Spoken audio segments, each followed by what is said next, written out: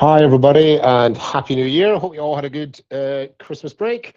My name's Campbell. I am a 25 plus year veteran of mainly tech businesses. I've done every kind of commercial role you can do, from junior sales guy to CEO and all points in between. I'm an exited founder, and I've spent most of the last nearly 8 years now on the other side of the fence, doing a mixture of sort of fractional CMO, CGO type stuff, board level advisory, helping sort of startups and scale ups build growth engines, raise money, do commercial diligence projects, etc., etc.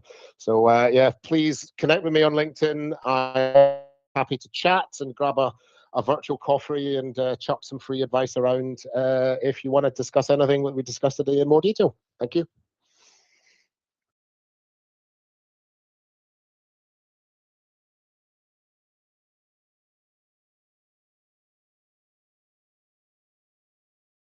You're still on mute, Jeffrey, it would appear. Jeffrey, yep. Oh, sorry. That's okay. Can you hear us, Jeffrey? You right? Yeah. I'm Jeff. I'm a fractional head of growth for founding teams who want to find product market fit and then actually scale. I focused my focus largely was consumer tech, where I led and built product lines for Nokia and Microsoft, taking them from zero to multi-millions in revenue. Since going all in on startups about 7 years ago, I helped drive one scale up and two exits.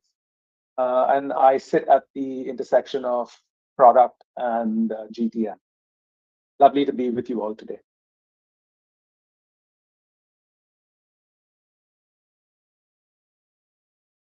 Mehul, it's your turn, Oh, buddy. it's me. Yep. Right.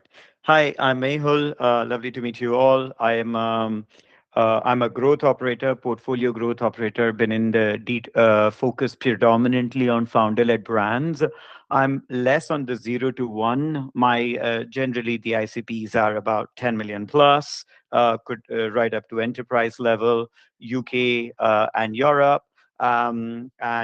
Generally founders bring me in when there is ultimately when there is a revenue problem, commercial problem, or commercial goal, either trying to do fundraise or trying to exit. And I've worked throughout the entire piece, whether it's P&L restructuring team, marketing playbooks, rebrand, and yeah, looking forward to answer any relevant questions that I can.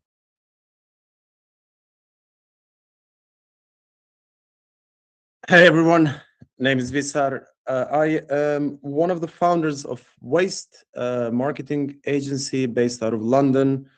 We grew that from what was originally 3 founders actually to about 100 people at its peak, and we had an exit with a PLC called Keyword Studios in 2021, specializing in video games marketing, working with some of the big boys, with your Activisions, Nintendos, Sega, Supercell, and the like.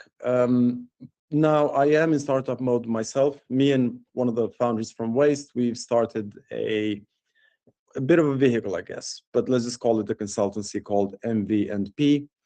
And our experience is mainly around sort of building, growing businesses and also helping businesses that are exiting. Happy to be here. Looking forward to the session. Wow, what an amazing team. Thank you very much, all 4 of you gentlemen. Really appreciate you joining us today. Let's jump straight in. I'm sure you've seen some do's and don'ts. People tend to do things that are horrible to their business, but some also do amazing stuff. And I'm sure you've seen a few in your experience. What are the most important do and don'ts when it comes to early stage growth in your experience? And if we can use, sorry, please don't use the same logic for both the do and the don'ts, Maybe if we can take one each, let's try and keep our answers to about a minute. So I think we can start with, how about we start with Visar, Jeffrey, Kamal, and last but not least, Mehul, please. Yeah, sure. It's look, we achieved quite a lot of success just because we went and asked people that have been there and done it, which is kind of like what you're doing now, I guess, by being here. But it's also not just these structures. You can find the people on LinkedIn or in other ways. Just reach out for help. Sometimes it can, people are willing to help if they can, easier than a lot of people think. So don't be afraid to ask for help when you find the right person.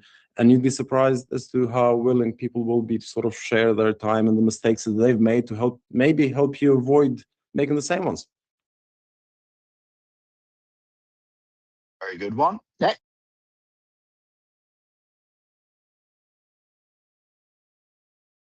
For me, the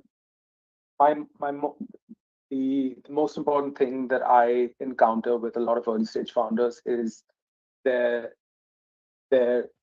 fear of being wrong. So for me, it's super important for you to be open, test every hypothesis you have about your business as early on and as smartly as you can. Document your assumptions religiously, and record your outcomes as you go, so you don't make mistakes, and are going into or are making good business choices with your eyes open. I'll give you a quick do and don't. There are loads on each, but do develop as strong a sense as you can of a narrow ideal customer profile. Too many sort of early stage startups and then scale ups as they evolve try and boil the ocean, try and think we must appeal to as many people as we possibly can.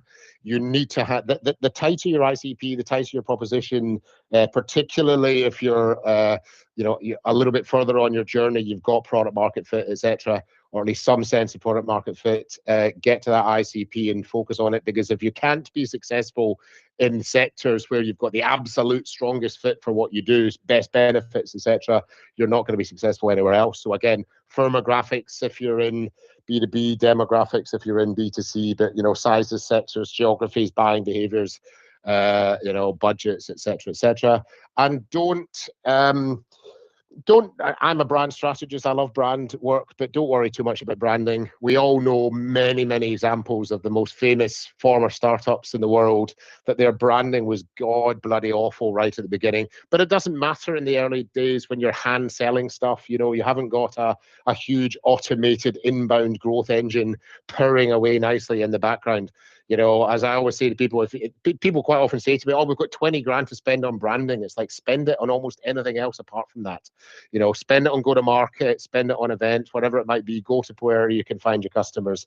Don't worry too much about, is your logo and your typeface, exactly as they could and should be to go with your color scheme. So that's it for me. I'll build it on Campbell because I was about to say that. So you've taken the point. Don't go on performance marketing. That's all good, but all valid point. Don't go on performance marketing. Just don't spend money because that's the easiest and the laziest way to get from 0 to 1, and do continuously. So building on Campbell's point, do continuously iterate, because you will not get to that product market fit, distribution fit. Do continuously iterate, whether you're talking to people, whether you're selling yourself, depending, lots of context, depending on D2C, B2C, or B2B. Do obsess about your idea, and just get it in front of as many people as you can, because each feedback you can iterate it. So do obsess about your idea 24/7, whether it's with your friends, with your people on the street. Just approach within your industry, obsess about your idea, and don't put paid marketing to get from 0 to 1.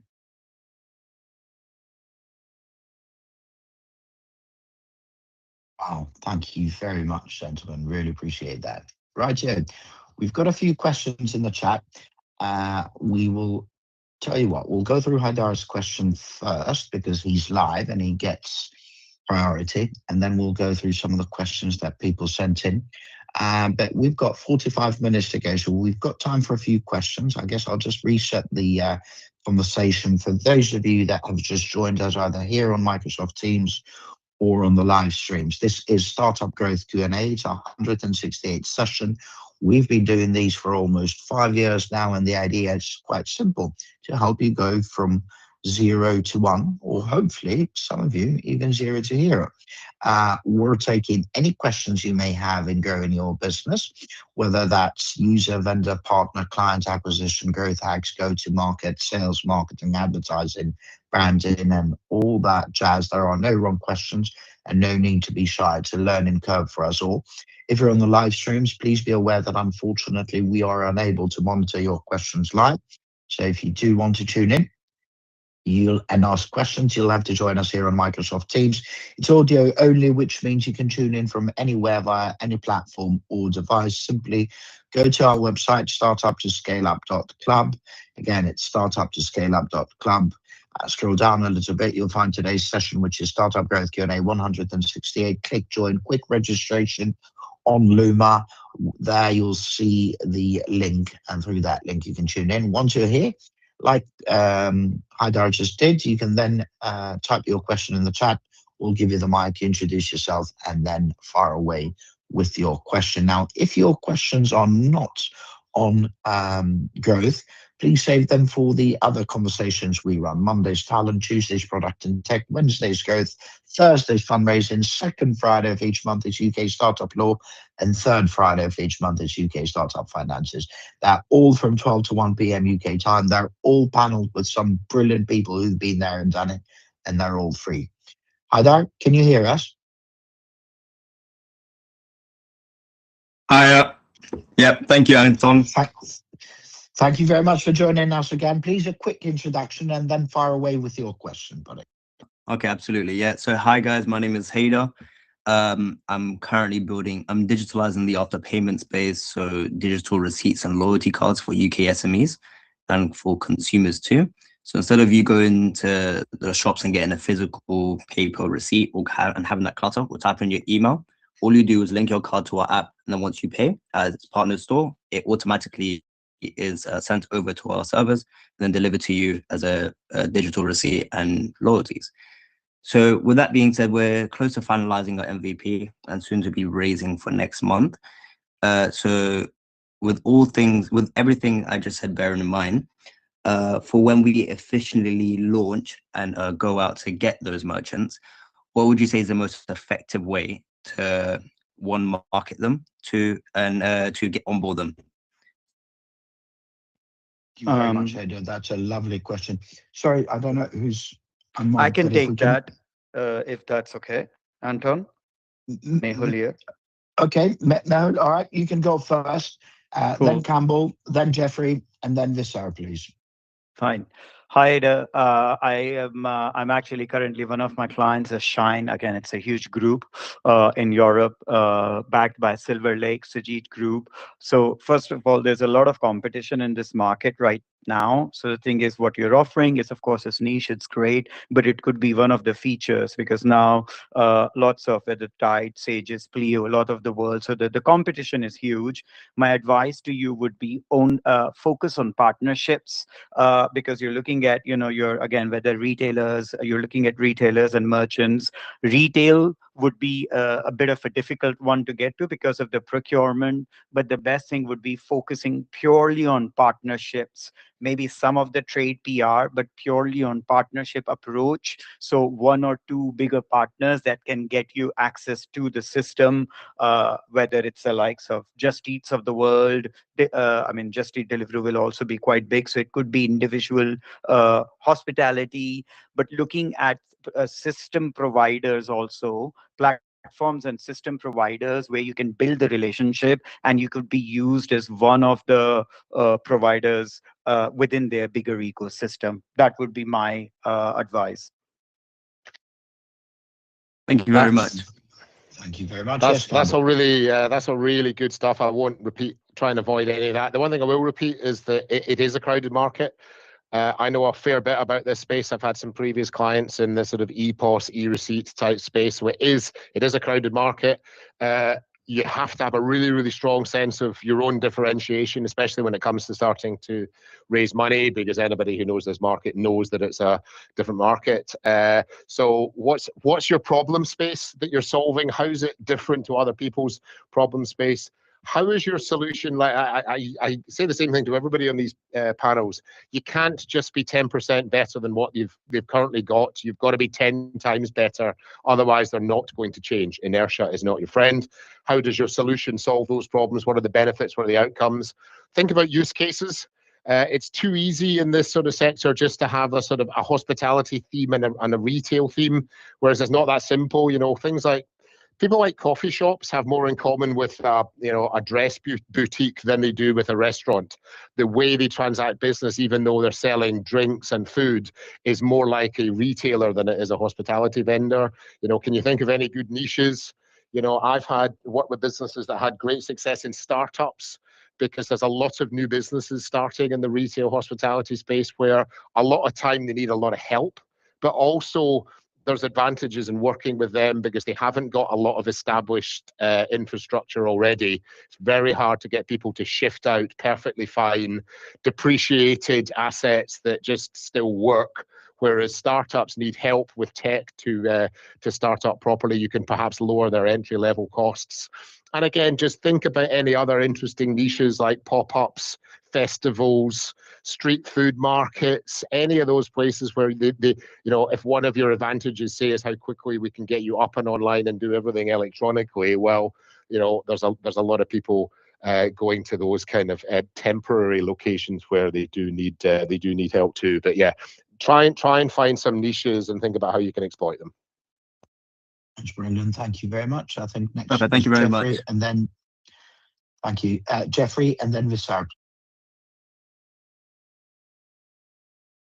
A lot of good advice there. Heather, I think we heard from you last year as well. And one of the things that I said to you was it's super important to ensure that the cold start issue doesn't become your biggest problem. You mentioned GTM that would be most effective. I think there are a few things that could work for you. For example, I think your fastest growth wedge instinctively is POS adjacency, not really cold outreach. What that means is targeting resellers, payment providers, and hospitality tech stacks, which are already trusted by SMEs. I think that's your way in. If you haven't tried that already, you should consider that.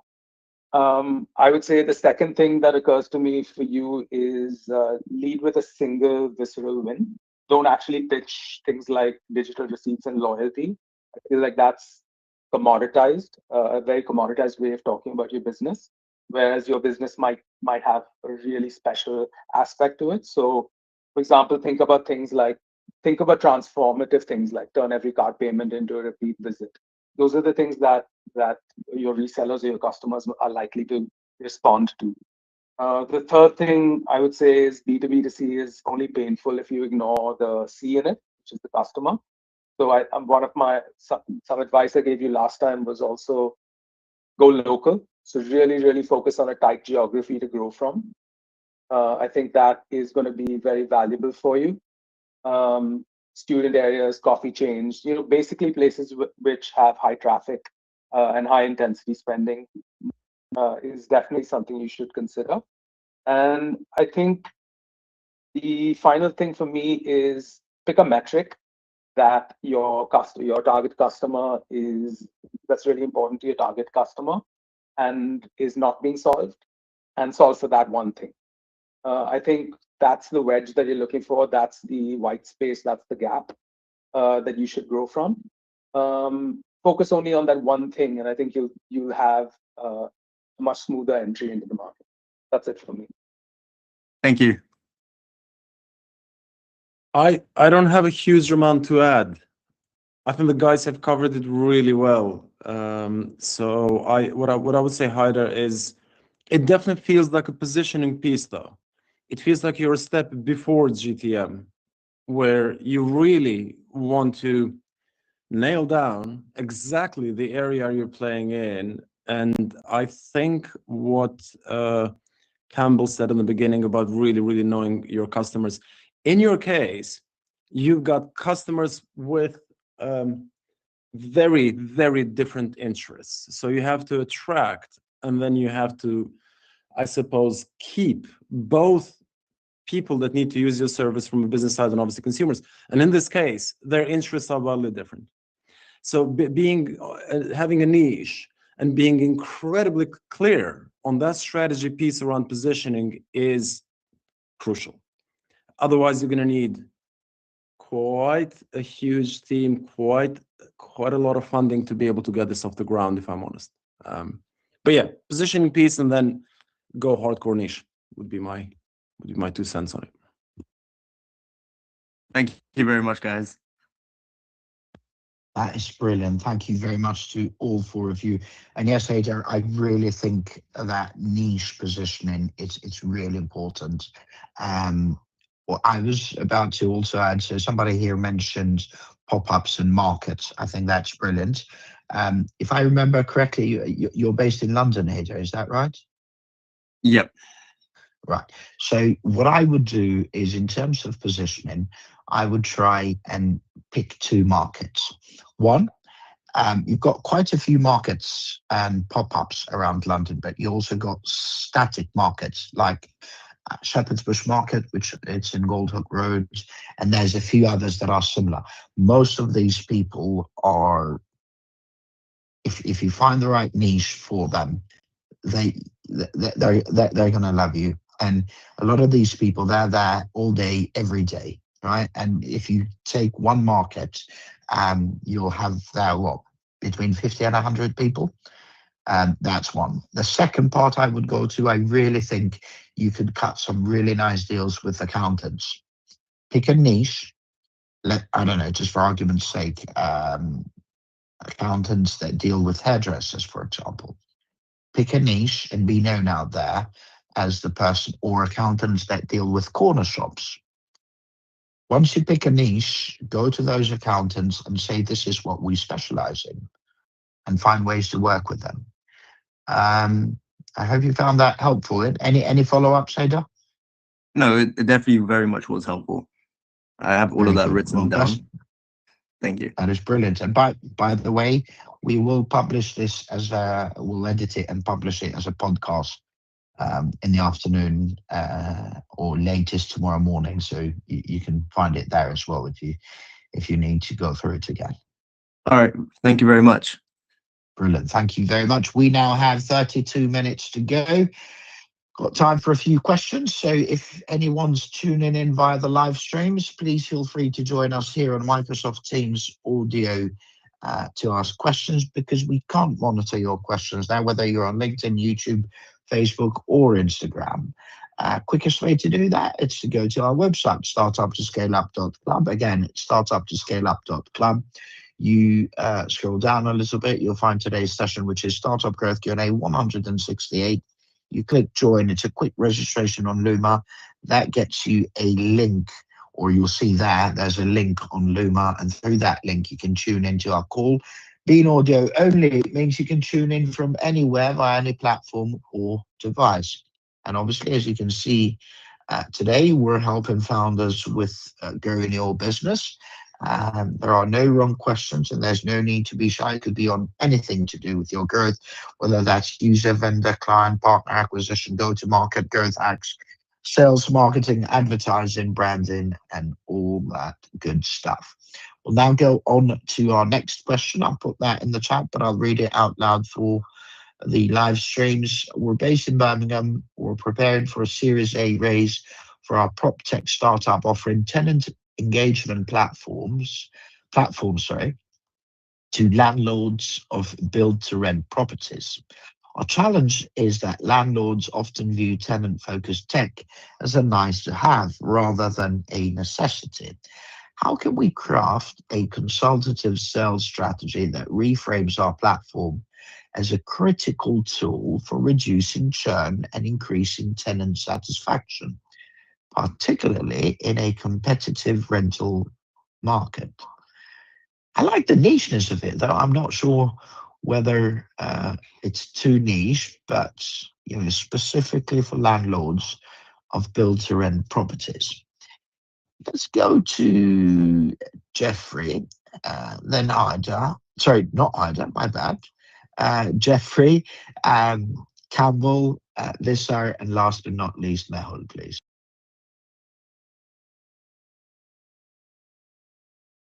Thanks, Anton. So I think instinctively a consultative approach would work. So you definitely hit the nail on the head there. The most important thing in a consultative approach is to lead with diagnosis. Don't really focus on demos. So if you've done enough inquiry about what the pain is, you should be on a good wicket to start with. Clearly, if they are not self-identifying as at risk, you have a problem. So I think that's something to listen for. One. I think the other thing to consider is understand what numbers they are important to them and what they track. So, for example, if tenant churn is the big thing, bridge the gap between your solution and how it reduces tenant churn, and how it then saves them a lot of money down the line. The third thing I would say is I'd say position the platform as part of an asset management playbook as opposed to just a standalone tool.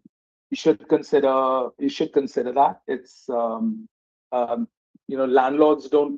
most landlords don't have a like a software stack, and so in essence this is new territory for them. But if you can plug into what they already use, I'd say that's definitely something you should consider. And finally, I would say is a financial narrative should help you get there faster with them, as opposed to like a benefit-based narrative.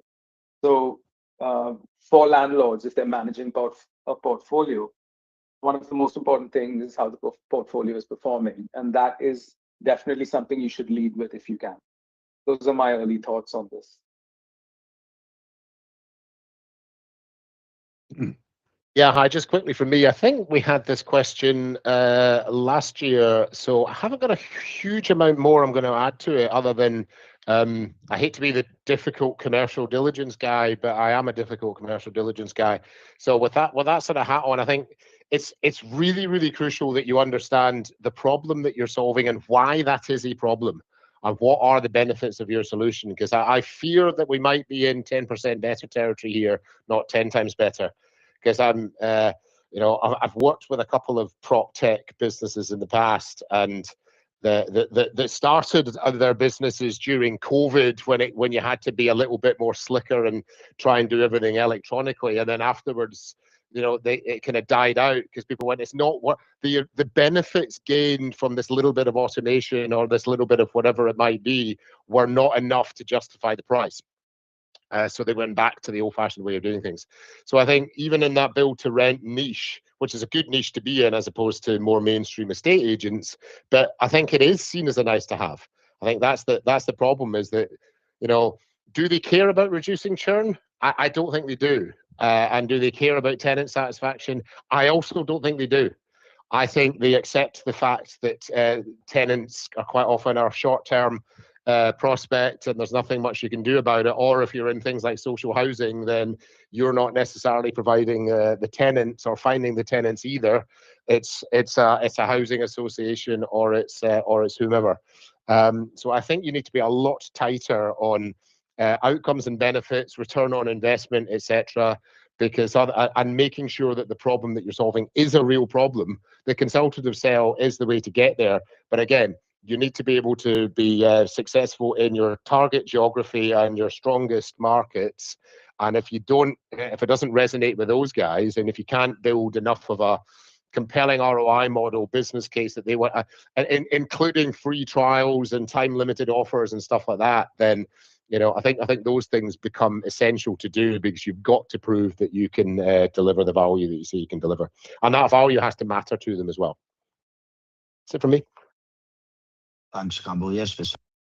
I agree with everything that was just said. I literally wrote that down. I think these are soft benefits, in my opinion, and I think a lot of property companies are going to look for hard benefits, i.e., how much money is this going to save me? That's what they're really going to look at. Or if they're serious, which they sound like they are, like the bigger ones, the portfolio companies, the institutional ones, then maybe Intel could be useful as well. But I don't know if you can get enough quality and breadth of data out of something like this. So it's a case of a product market fit. I don't think it's a case of how do you put it in a deck and try and sell it. Is it really solving a problem? And then if it is, then how do you actually articulate that? But yeah, I mean, what are the hard benefits for your customers? Really is the question here. Interesting. A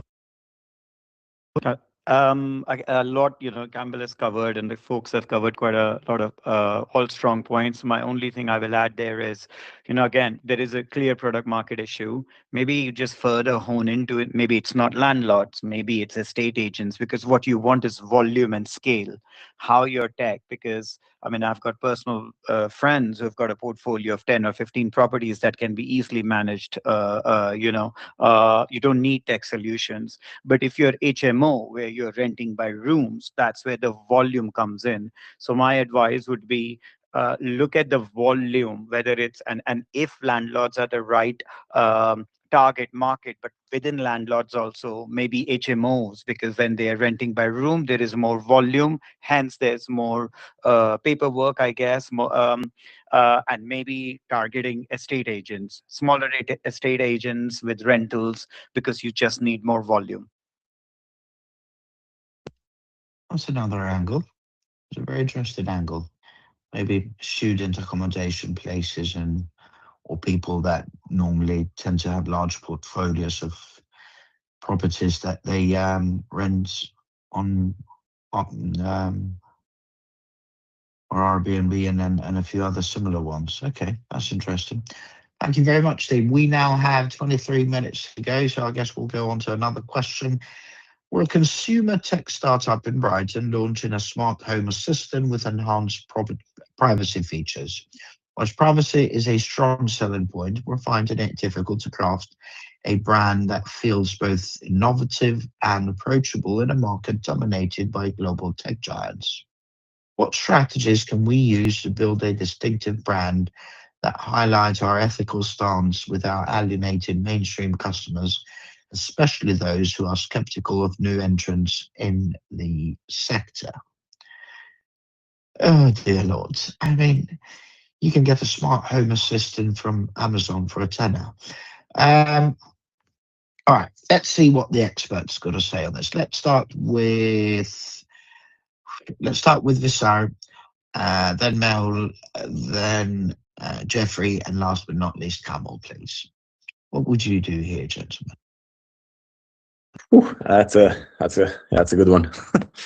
So, okay, this is obviously it is challenging because, as Anton said, they are a dime a dozen, including some very big, very established players that have been in the market for a long time and that they have deep pockets.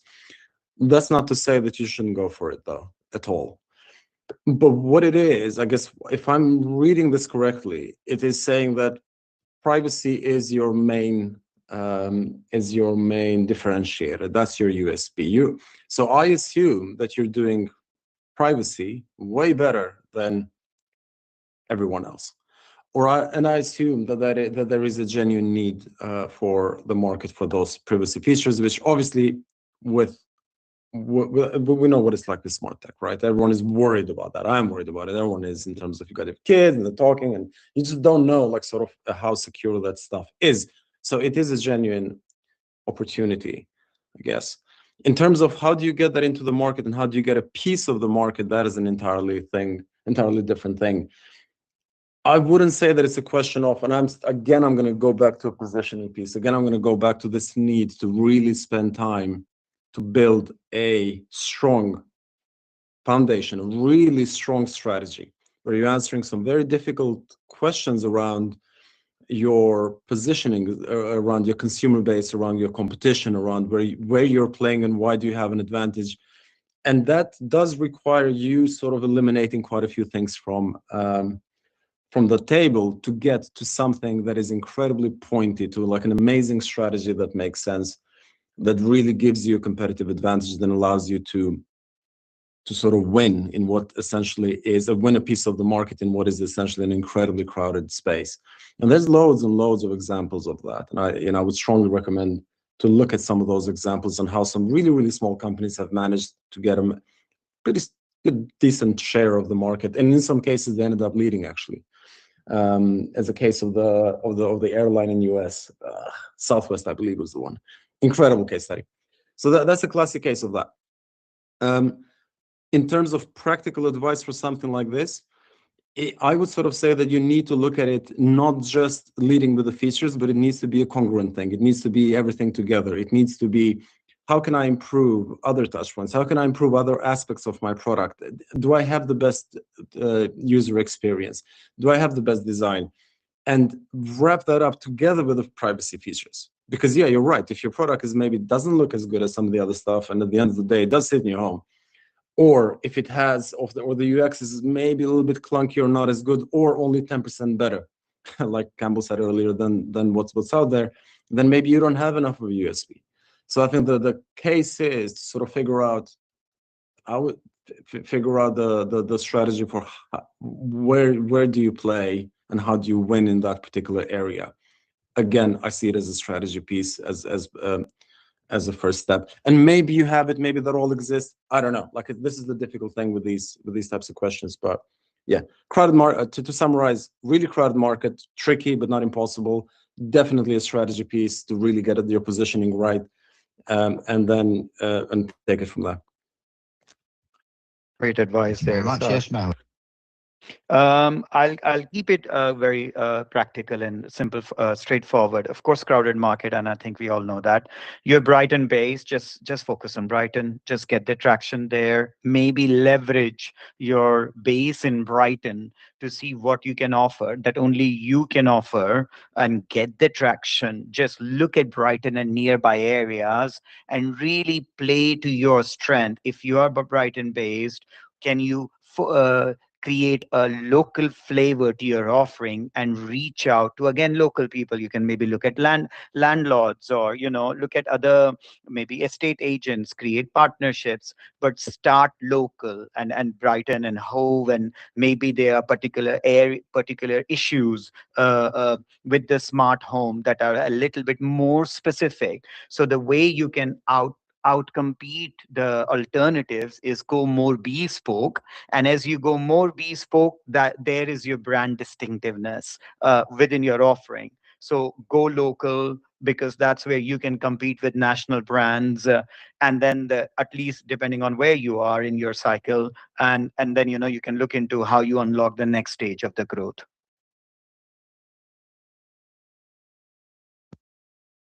Thank Yeah, you. in the interest of time, I will say very little, if anything, because the other chaps basically said everything that I was going to say.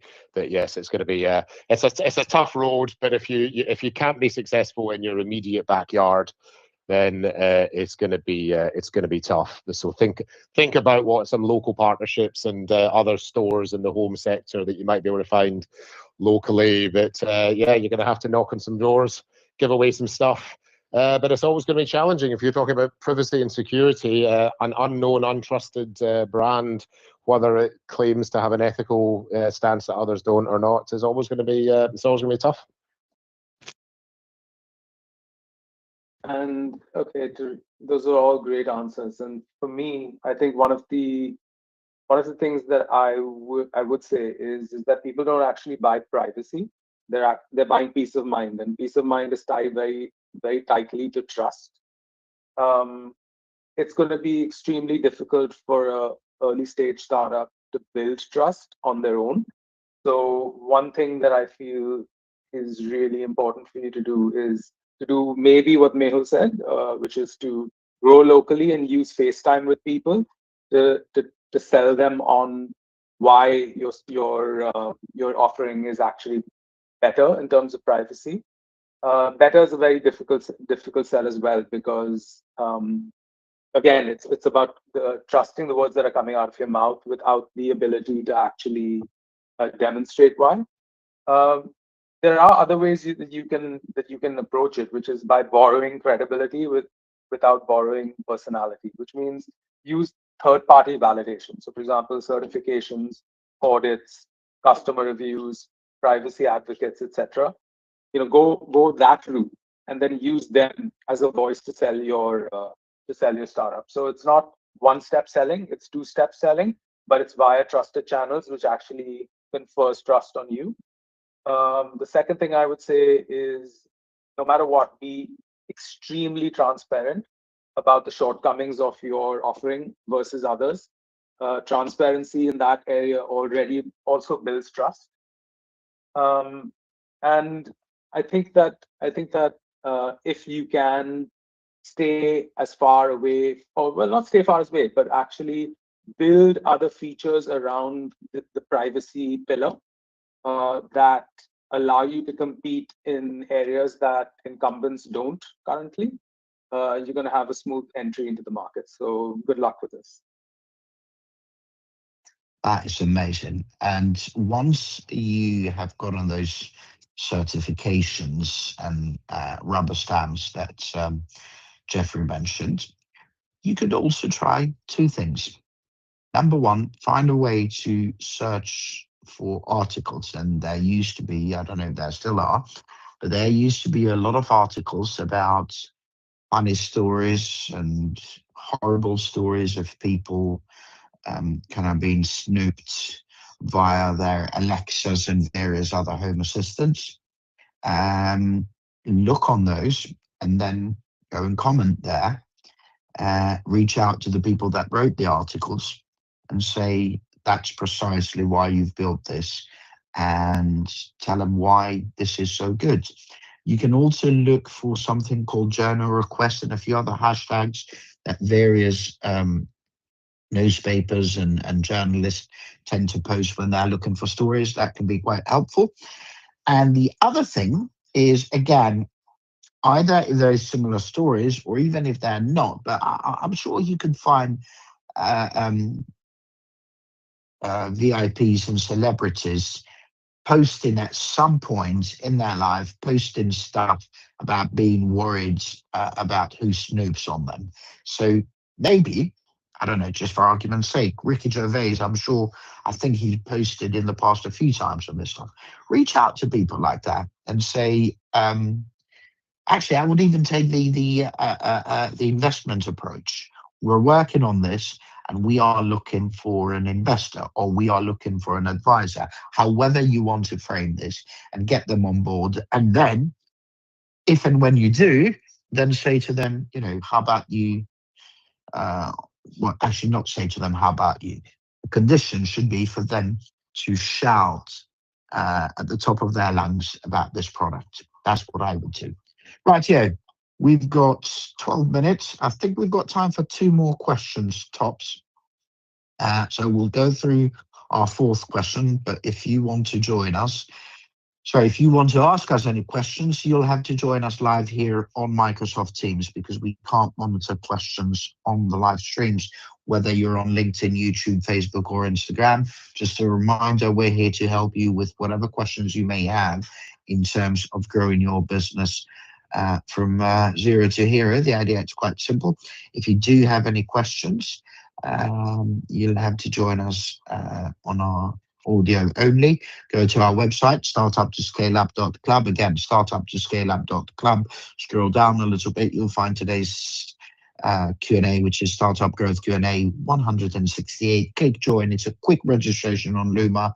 There you'll find today's link, and then join us here. Once you're here, being audio only, it means you can join us from anywhere via any platform or device. So simply click on the link, and then in the chat, drop your question. We'll give you the mic and you can fire away with it. So the next question we have then is question 4. Agritech, they're based in Cornwall, seed stage. So problem they're trying to solve is a farm-to-table platform connecting local farmers with restaurants to enhance local food sourcing. Okay, interesting. There's billions of those, but that shouldn't stop you. Challenge. Acquiring both farmers and restaurants simultaneously has been challenging. Question. We've developed a platform aimed at connecting local farmers with restaurants, but sign-ups from both sides are slow. What strategies can we use to create demand on both ends of the marketplace? Should we offer incentives for early adopters? And how can we effectively communicate the value of local sourcing to restaurants that are used to larger suppliers? Right, I'm going to put this to the experts, but what I would do is if that's not working, why not look at schools and various others and nurseries and what have you? They're always looking for good foods, and I doubt many people like you will be reaching out to them because all your competitors are going to the restaurants, and maybe not many people are going to the schools and nurseries. Anyway, let's see what Kamal, Mehul, Visar, and last but not least, Jeffrey going to say on this. Hello, hello. Well, you have explained the classic marketplace challenge. Doesn't matter whether it's B2B to B, B2B to C, you name it. As soon as you've got two sides, you need some kind of critical mass from both sides. Otherwise, it doesn't work. I think I can working under the assumption that one side of the marketplace has to pay. And I'm working under the assumption that that's the farmer, because they are the ones who are looking for the channel to market. Therefore, it's free to the restaurant side of things. That's the side you've got to focus on, to me, is the demand side. Supply will take care of itself once demand is there, as a sweeping generalization. So if it isn't free to restaurants, it needs to be free to restaurants. You've got to hand sell it. You've got to be able to outline the benefits quickly and snappily, but this is a door knocking, hand selling it sort of challenge. Target the restaurants that talk about being local. Pubs might be just as into this stuff as restaurants. I know I spent a lot of time down in Cornwall. A lot of the really good gastro pubs trade very heavily on being local providers of local cuisine, so that's a good place to go. Likewise, again, particularly during holiday period, there's lots of pop-ups, there's lots of vans, there's lots of sort of festival type things where, again, it's people who are looking to trade on being the local provider, using local suppliers, etc., etc. Their own marketing should tell you if they're good targets for you, and at least initially, I don't think you've got any choice but to do a lot of manual filtering to get to it. And then once you've got some kind of, you've got to try and balance out this, of course, but once you've got a little bit of the demand side sorted, then you need to focus on the supply side. I assume that, as I say, that farmers have to pay. I assume it's a skim off every deal. Perhaps you need to give them a free trial initially. The disappointing thing is the lack of uptake from the farmer side, because you'd have thought, to me, I've watched enough of things like Clarkson's Farm and stuff like that to know that that's the dream for farmers, is to be able to find direct supply chains to restaurants at much better margins than you can sell in bulk to. So you should be pushing at an open door with those guys. I assume, rightly or wrongly, that you've got some local credentials yourself as well. But again, with the farmers, it's just about hand selling this stuff. But they don't always think about routes to market, because they've got established supply chains of their own. You're needing to get them to change their own behaviours, and that can be tough. But you've got to therefore educate the market on the possibility. So that's my sort of initial thoughts, as well as obviously are there any other partners that you could work with? Are there third sides of the marketplace who are loosely in the sector, who could be advertising on your platform, who could be helping opening doors for you as well? Think about any potential partners, both for routes to market and for third side of marketplace, potential additional income streams, etc. Thank you. I think we said Mehul. Hi, conscious of time, and just to add one bit to it, so I have some of my hospitality clients, the Ottolenghi's of the world, Wild by Tart.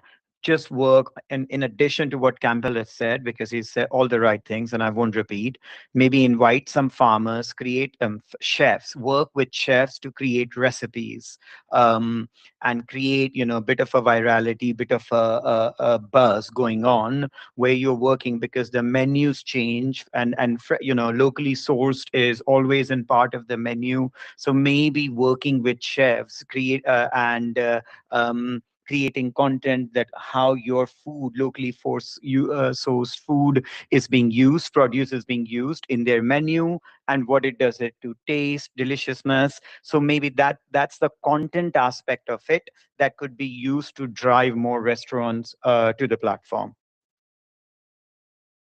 Thank you, Mehul. Visar? It got me thinking about one thing because all the good restaurants, or a majority of them, I guess, especially outside of London, will be local. I had the same thought as Campbell. They'll be like locally sourced, and obviously they've got all the credentials around sort of environmental. It's good for the environment because you're not transporting up and down. So it's great in that sense. But what I was thinking about is what restaurants want is consistency in quality and the specifics of the produce. So they want specific stuff. They want a consistency because their customers are used, or the chefs are used to having things done in a particular way or produced in a particular way. So this could be one of those places where maybe it's a good way for matchmaking. And then it could be local plus. So by local, let's sort of say, southeast of England or southwest of England, as opposed to just Devon. And then it becomes a thing where, okay, this could be quite useful if I'm a chef and I'm a head chef in a restaurant and I need things, so specific stuff. Now, I have gone to all the farms around here and I've checked them out and I've spent time with them. I know they can do what they can do. But what if I wanted to expand that search a little bit while still being local? Then it starts getting interesting because it becomes more of a matchmaking thing, and maybe there's benefits on both sides, potentially. I mean, I don't know enough about the space, but that's an only idea that I had. But the rest of the suggestions were great. Thank you, Visar. And last but not least, Jeffrey, please. And since we've only got 3 minutes to go, we're not going to go into another question, but think of some decent parting words, please, team. Jeffrey? Okay, so many good answers here and so many things to consider. So I'm just going to summarize and just say this. There's two things that people want on a two-sided marketplace, especially in a scenario like you're describing. You want reliability and predictability across the value chain. What that means for a farmer is guaranteed orders, scheduled pickups and deliveries, things like minimal last-minute cancellations, etc. You want to offer that to them. You've got to weigh in. From a restaurant's perspective, you've got super important that you offer consistent supply of ingredients, menu planning, reduce stockouts, etc. And those are the things that they're going to focus on. I assume your platform can deliver that better than, say, just local relationships and stuff like that. So to sum up, a fulfillment focus is super important. And just in terms of an incentive idea, because I mean, incentives are always a good way to remove no. I mean, think of early adopter farmers getting priority matching or reserved delivery slots, and restaurants getting, like the first pick of the freshest produce. That's going to be something that they'll all appreciate. And finally, two-sided marketplaces are literally about managing demand and supply.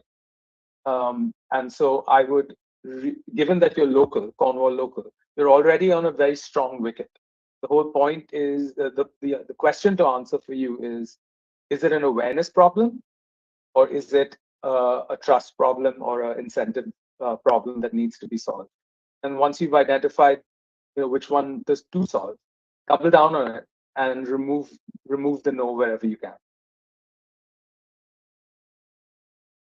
Thank you very much, gentlemen. We are almost at the top of the hour, so some parting words would be great. Thank you to everyone that tuned in, but most especially our panelists and, of course, the founders. So maybe I think we can join in the same order. Sorry, we can go through the parting words in the same order that we joined. If I remember correctly, it might have been Jeffrey, Mehul, Camel, and last but not least, Visar. Or no, Jeffrey, Mehul, Visar, and Camel, I think, Anyway, all right, let's go. Jeffrey, Mehul, Visler, and Campbell. Let's go through that. Quick parting words before I let you go, Jeff. Being a founder is really hard, and obviously the risk is great, but minimizing risk, or minimizing actually use of your time and focusing on the right problem, defining your customer really, really tightly, and picking a niche that you can have a competitive advantage in will definitely remove some of that risk and help you take the first steps towards growth. Do not compromise on these three things. And if you haven't nailed a really good value proposition that people who you're pitching to say, yes, I need this in my life, go back to the drawing board and find out what it is, because that's going to be key for you. The market is crowded. A gap in the market is your best growth lever. Thank you very much, Jeffrey. Again, being founder is, any founder, the odds are stacked against you. The likelihood of failure is much greater than the likelihood of success. So always come to what made you start your own thing, what made you go on your own. Always come back to that emotional truth, especially when the days get darker, when things are not going right, and most of the things will not go right. So always it's a best way to recharge, to come back to why you are doing this, that emotional truth. That's what keeps you going, because ultimately it's perseverance. What you start may end up, it's the perseverance. You may come out of the other end with a different business model, but the key difference that I see with the founders is they keep on going, and they keep coming back to that emotional truth, with why they started in the first place. Oh, is it me? Yeah, that's really well said. I'm gonna go with one which actually I don't know, may be controversial for some people, but very few people, I guess. Make sure that you spend time regularly to stay on top of what's happening with all the AI tools. How is it gonna disrupt your particular industry? But really importantly, how can you best use it?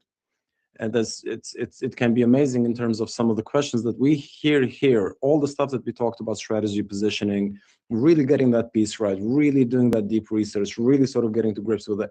This used to be quite a difficult and expensive game for people that were not in the industry, I guess. And now it's way more accessible because of AI. So I think it's really important to stay on top of it, really important to stay in touch with everything that's happening and understanding how that's going to affect your industry and your particular job. But it's a great thing for founders, obviously. Thank you. And last but not least, Campbell. All great advice from everybody else. I'll just chuck in something on the basis of that final scenario we were talking about.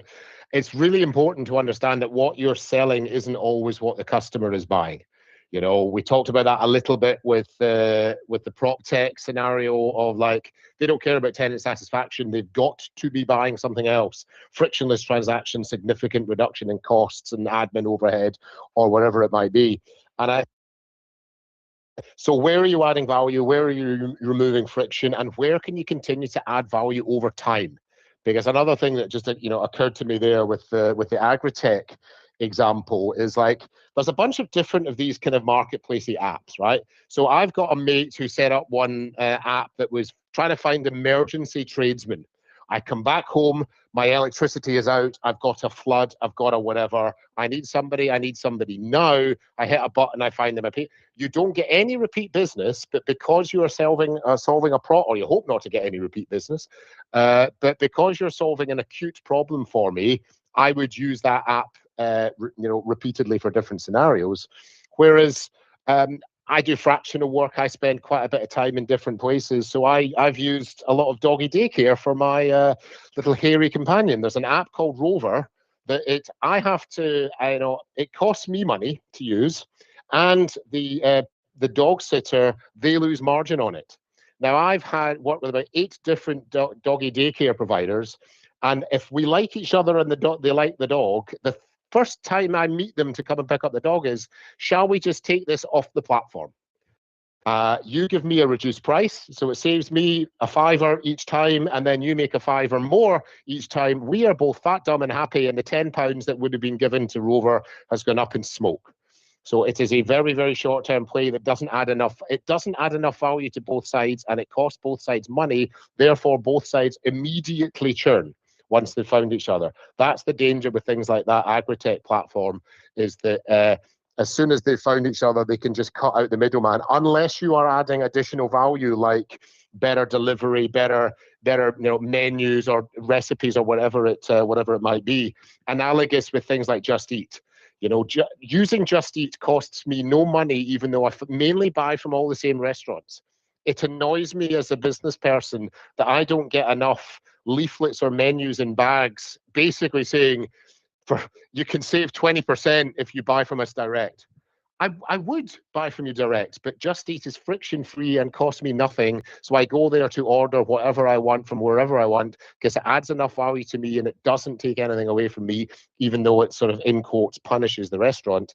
Think about the differences in those models. You want to be in the one that adds enough value, that is totally friction-free on the demand side of things. And if the supply side loses a bit of margin, then they're willing to do so because it's better for somebody else to find that demand. That's it from me. Yeah. Thank you very much to all four of you gentlemen. Well, there's only two left. Before my parting words, a couple of things. Number one, we run 6 regular sessions. Monday's talent, Tuesday's product and tech, Wednesdays, as you see today, growth, Thursday's fundraising, second Friday of each month, it's UK startup law, and third Friday of each month, it's UK startup finances. They're all from 12 to 1 p.m. UK time. They're all available on our website. You can register to any future session via startup2scaleup.club. So again, it's startup2scaleup.club. You go there, scroll down, find whichever session you want to register, click join, quick registration on Luma, and then there you'll see the link. Now, for those of you that are on the live streams, just remember, unfortunately, we're unable to monitor your questions there live, so you'll have to join us here on Microsoft Teams if you would like to ask any questions. We also have an amazing WhatsApp community with various groups. For example, we've got one on each of the Q&As that we do and a few other themes. On our website, top and bottom of the site, you'll see a WhatsApp icon. If you click on those, you'll be able to join whichever group you'd like. And you can then connect with fellow founders, operators, investors, of course, our panelists and all that. What else? Yes, if you would like to join us tomorrow for Startup Fundraising Q&A, that'd be great. We've got 4 brilliant investors and fundraising experts joining our panel. So please feel free to register for that. Otherwise, as far as my parting words are concerned, just remember the startup journey can be both challenging but also quite exciting. So try to have some fun in the meantime and be kind to yourself and everyone else for that matter too. Otherwise, have a great afternoon and God bless you all. Bye-bye for now.